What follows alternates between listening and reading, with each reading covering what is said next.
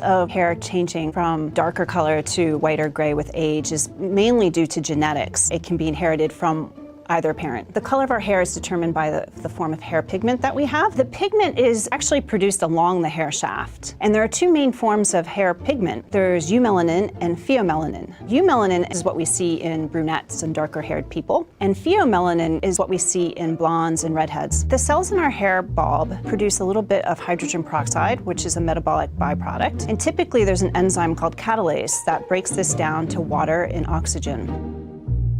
But as we age, there's declining levels of catalase, and this allows the buildup of hydrogen peroxide in the hair bulb, which damages and destroys the melanocytes, or the pigment-producing cells of our hair. So I wanted you to take a look at my colleague, Joe here. Started to go gray when he was 16, and by 22, it was pretty much gray all over. What happened to Joe? So when individuals gray early in life, before the age of 20, it's called premature graying, and this is due to genes. And we know there's one gene in particular that's been targeted called interferon regulatory factor 4, which is important in regulating and producing melanin in the hair. Joe was lucky enough to inherit some genes that predisposed him to developing gray hair early in life.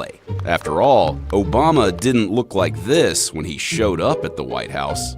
So it's controversial the role stress has in hair graying. We know that stress creates oxidative damage in the body, and it's been linked to a lot of premature aging syndromes. So it causes damage to the melanocytes and may cause us to grow gray earlier.